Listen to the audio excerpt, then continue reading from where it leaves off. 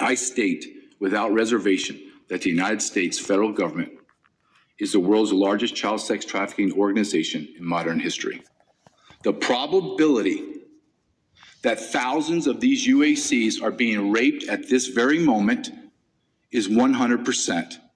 Chairman Higgins, Ranking Member Correa, Chairman Bishop, Ranking Member Ivey, and the members of the subcommittee, I appreciate the opportunity to speak about the evil of child trafficking caused by the open border policies under President Joe Biden and his administration.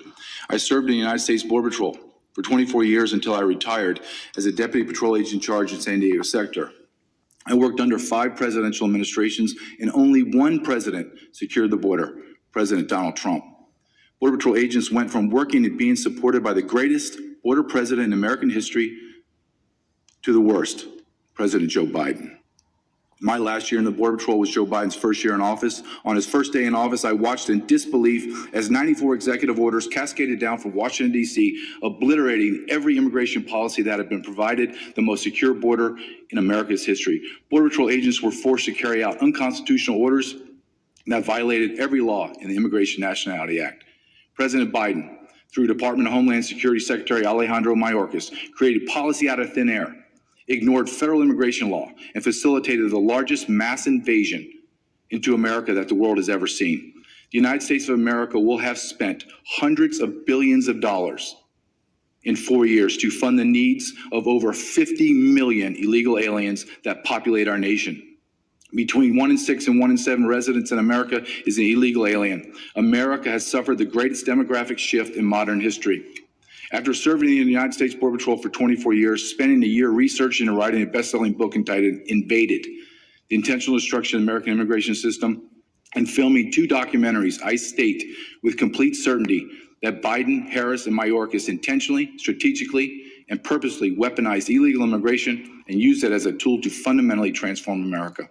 Inside this invasion, the unspoken evil of child trafficking, and more specifically child sex trafficking, has flourished. At the end of this current administration, the number of children trafficked will have grown to over 550,000 unaccompanied alien children known as UACs. This horrific number of children will have been arrested, released into America, and then lost. To put this into context, during President Trump's last year in office, Customs and Border Protection arrested 30,557 UACs who were accounted for and not lost. Conversely, in the first year of Biden's presidency, CBP arrested 147,975 UACs, most of which are unaccompanied for and lost.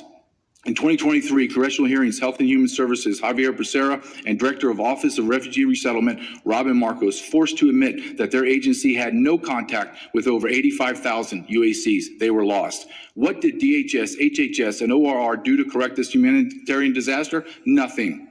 In fact, all 3 agencies created further policies and procedures to increase the efficiency of moving UACs from the border to the interior of the United States to unknown and unvetted sponsors. Unaccompanied alien children were being handed off to total strangers. Then they disappeared into the darkness of labor and sex trafficking. In fact, a year later, in August of 2024, the Inspector General with oversight over DHS issued a report stating the number lost UACs was not 85,000, it was over 320,000. My business partner, Ryan Matt, and I spent 6 months traveling across America, filming a documentary titled, What is Treason Trafficked? The evil of child sex trafficking is difficult to digest and understand. However, after conducting numerous interviews with officers, agents, and whistleblowers from every alphabet agency and department, it was made clear to us that the federal government knowingly and actively facilitated these criminal acts.